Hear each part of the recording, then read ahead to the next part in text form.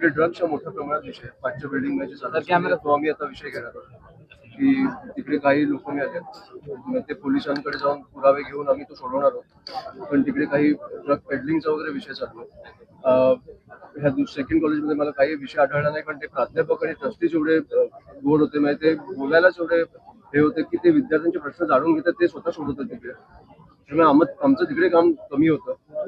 पण मी सगळ्यांशी बोलतोय वन ऑन वन, ज्यांना विषय मांडायचे ते आम्ही तिकडे तिकडे सॉल्व्ह करून घेतोय. आणि विषय खूप बेसिक असतात. वॉशरूमचा असेल, कॅन्टीनचा असेल किंवा फीस स्ट्रक्चरिंगचा असेल. त्यांना एकत्र फीस नसते भरायची, त्यांना इन्स्टॉलमेंट मध्ये भरायची असते.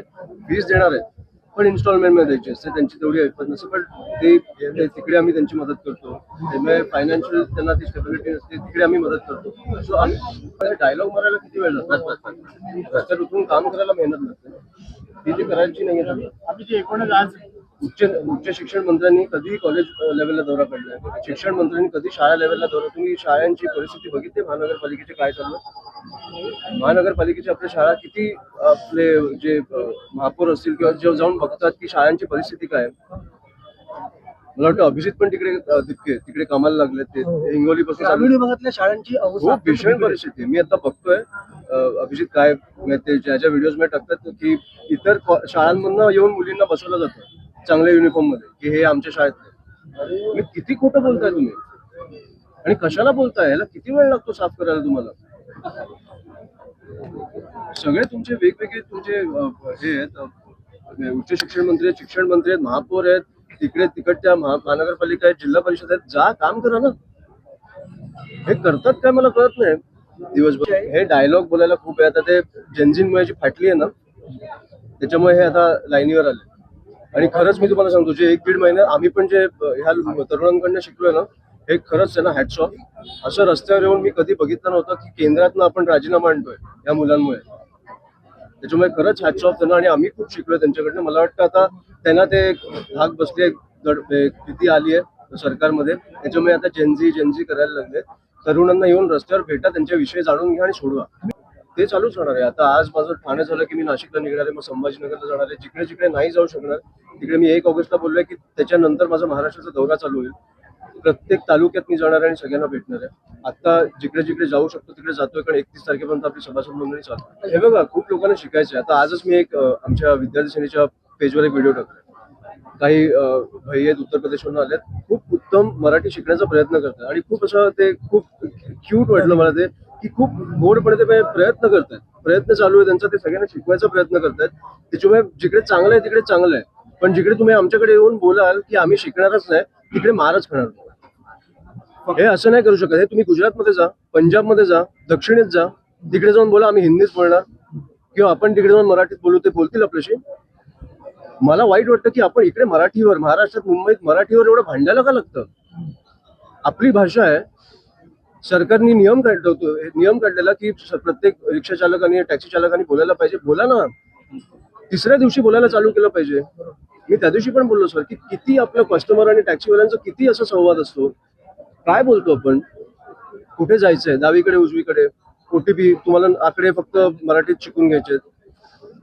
ते जे युपी मधनं मी आज व्हिडिओ टाकला तो बघा, खूप उत्तम ते मराठी शिकण्याचा प्रयत्न करतात. आणि त्यांना खरंच त्यांना धन्यवाद मी त्यांना बोलतो.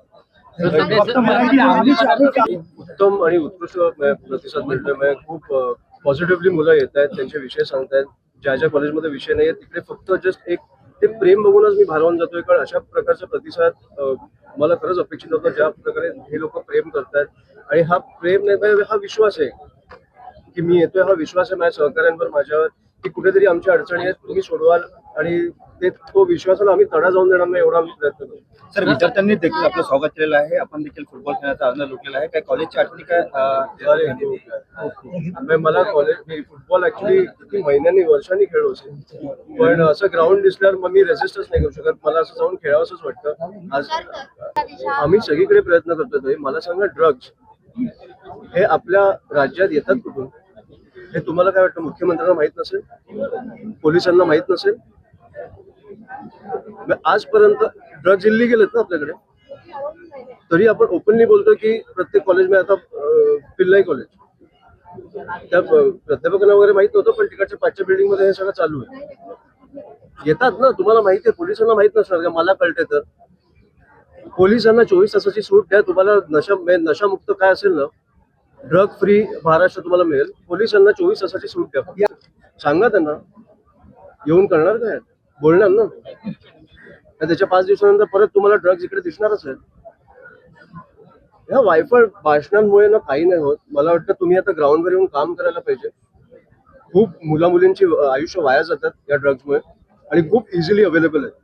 हे तुम्हाला पण माहिती आहे, मला पण माहिती आहे. सुरुवात तर करा तुम्ही. तुम्ही एक बोललात आमच्याशी मराठीत, तर आम्हाला किती बरं वाटेल. तुटक्या फुटके मराठीत बोला, पण एक आपल्याला बरं वाटतं ना, आपल्या राज्यात येऊन शिकण्याचा तरी प्रयत्न करताय. तुम्हाला शिकायला जेवढा वेळ लागेल, पण आता टॅक्सी चालक, रिक्षा चालकांचं पण मी हेच बोलतो. तुम्हाला कोण बोलतोय अभंग म्हणायला किंवा गायला? तुम्हाला बेसिक मराठी चालू तर करा. आम्हाला एक बरं वाटू दे की रे आमच्या राज्यातून शिकतायत. म्हणून मी आज त्या युपी बिहार मधनं जे आलेत, मी काही असतील लोक, त्यांचा व्हिडिओ टाकला की मला खूप आवडलं. प्रयत्न तरी करतायत, प्रयत्न चालू केले. आणि जिकडे प्रयत्न चालू करता तुम्ही मराठी शिकायचा, तिकडे खरंच सलाम. आपल्या परिसरातील बातम्या आमच्यापर्यंत पोहोचवण्यासाठी स्क्रीनवर दिलेल्या क्रमांकावर संपर्क साधू शकता. दूरध्वनी क्रमांक 8652414343.